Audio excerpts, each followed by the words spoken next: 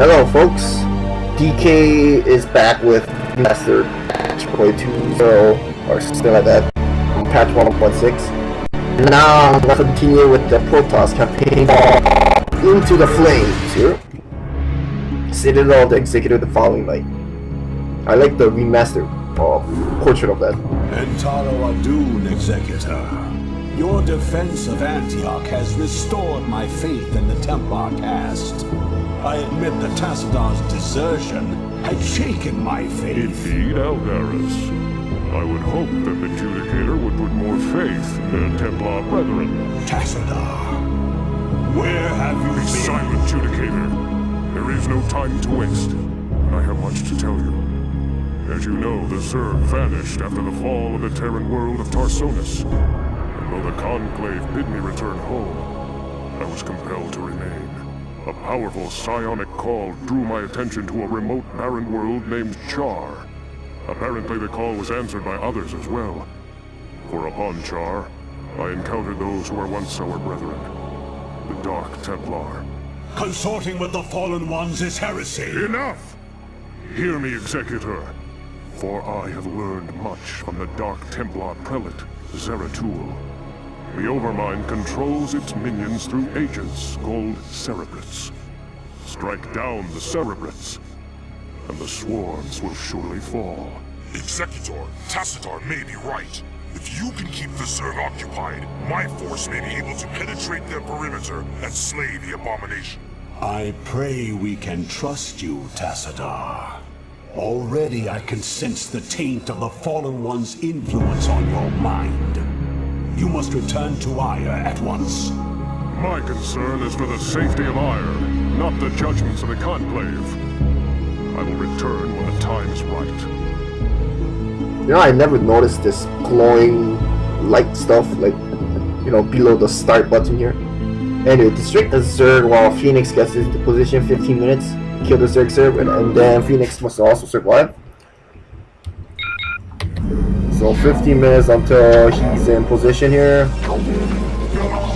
So not much to say about this mission, just wait. There's a way to end this mission before Fenix gets into position. That's by massing some units and probes, and then build like a gateway on top of the ramp where the Cerebrate is located at. Near the Cerebrate location. So the Cerebrate is here, and on the left there is a ramp there. You put the probe there, and then you build units from there. But you have to sacrifice some of your ground units to get there. But I'm not gonna do that. For now, I wanna separate my units here, like this. Oh, there we go. That seems good. And I'll put them like this. The classic melee-esque blockage here with the zealots. So an enemy player cannot get through this entrance here, or the path, whatever you want to call it.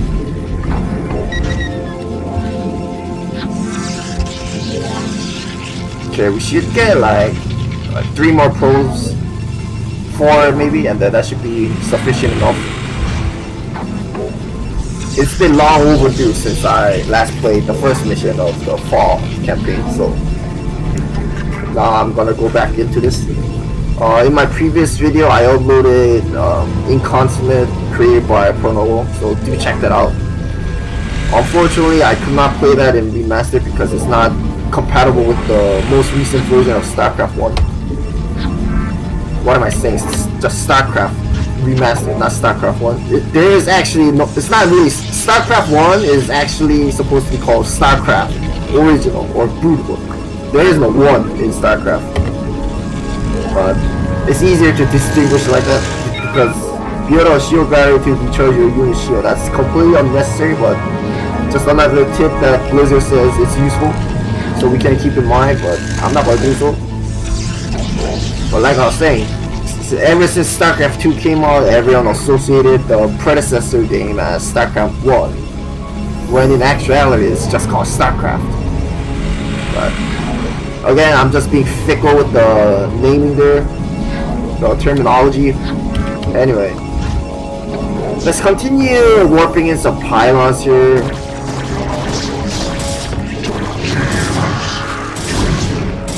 Yeah, unfortunately, our Zealot took some health damage, but that's fine. If this was the old version, our Zealot would not have taken health damage, because the old Zealot, like in the earlier versions, they had 80 shield and 80 HP.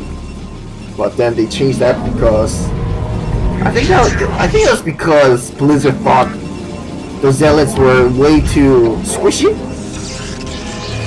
Although you think that 80 shield and 80 HP is the same as 60 shield and 100 HP, but that's not the case, because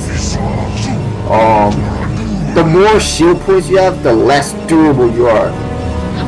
Actually, so you gotta just keep that in mind. Because Protoss shield, they take full damage against any type of attack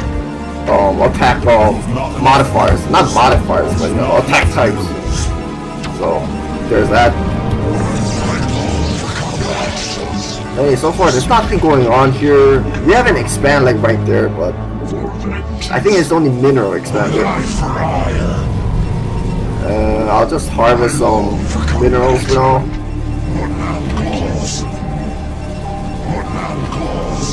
Okay, that should be fine. We're upgrading. We started with like what, 6,000, over 6,000 gas or something. But as for our mineral fields, it's not that much. But anyway, nothing much to say here at the moment. We still have to wait like 8 minutes game time, so that's like 6 minutes in real time, or 5 minutes, something like that. More than 5 minutes, but yeah, we should around like 10 minutes we should be able to march out and attack. Hopefully.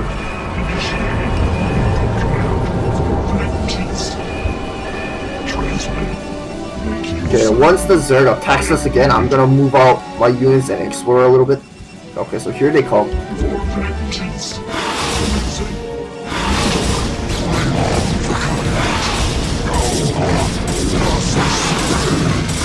Alright, that's fine. Okay, let's scout out a little bit. This is not, you think this is enough to attack, but this is not enough. Like I say in my previous video, in the first strike video, the first mission of this campaign, episode 3 is a little bit more challenging than the previous episode. So the Overmind campaign, Rebel Yell campaign is a lot difficult. Upgrade complete. But it makes sense because gradually you want the game to be more challenging, Okay, so the mineral expand is right there, I believe. Unfortunately, our probes cannot warp in like extra tier buildings. See, right now we're only limited with like the basic structures here. This is the mineral expand that I was talking about. So we can eventually expand there, but again, like we have plenty of minerals here. Like this is sufficient enough to end the game. I believe I'll need to make a cannon, like right here. But yeah, and then you see like there's like a bunch of sunken colonies there, so we need to amass more units in order to deal with that kind of static defense. And we pretty much don't need gas anymore, but I mean, the reason we need gas is for Dragoons, but now we have like over 600, we need more minerals right now. And I do suppose I can expand down here, but it's, like I said, completely unnecessary, but if you wanna, you can. I wanna see my custom skin Nexus, 2 of them instead of just 1. Okay, got a dozen worth of units there. You've not enough minerals. Yeah, well, expand like right there. And as you can see, there's no real perfect way to efficiently gather minerals within the range of the nexus. And that's how Blizzard was really focused with in the original campaign specifically, because I guess it was just to make it so that the player has to make more workers to mine like these inefficient mineral placements or geyser placement, whatever. But that's how it was back then. But in Brood War, that has significantly changed a little bit. Like you get these like melee-esque mineral placements or gas placement. So yeah, but in the original campaigns, that wasn't really it. Like you have to mine from like from here or something. Like let's say your minerals are here, you have to place a nexus there or something, or it's already pre-placed there, or something like that. Okay, well, 2 more minutes here. Okay, now we can get a shield upgrade, but I doubt it's gonna finish in time. We're just gonna mow through the Zerg base once Fenix comes in with his reinforcements. Okay, let's send some probes. Like 4 should do. Okay, there we go.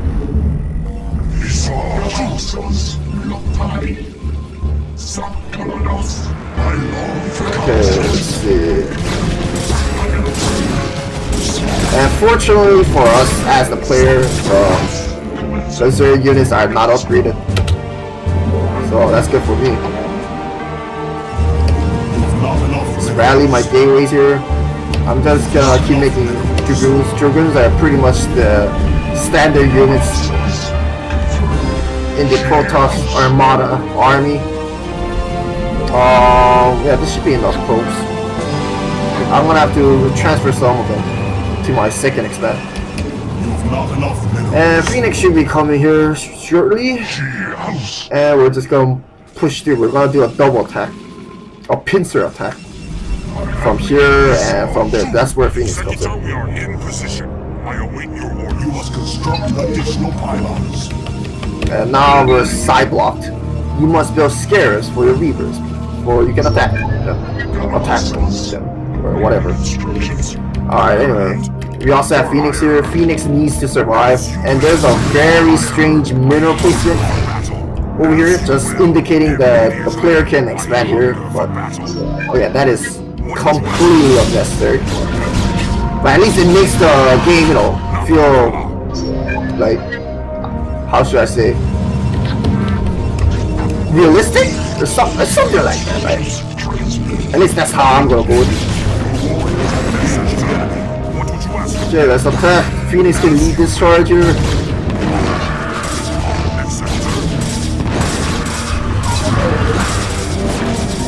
Meanwhile, over here, it's looking great. We're losing units left and right, but that's just how it is. Fenix can two-shot the Hydras like this. And if you're wondering, oh, how much damage does the Reaver do? Like, 800 damage a pop. So 15 minerals to do 100 splash damage at a range of 8. That's pretty good, like, in my opinion. But yeah, this should be enough here. Our shield upgrade is almost done, so I guess that kind of helps. Okay, let's be careful with Fenix. And this is the place I was talking about. Like over here. There's almost. So you can bring your probe there and then just basically like build your gateway and then just attack this Cerebrate like that. Yeah, I never realized like the Zerg base had this many sunken colonies.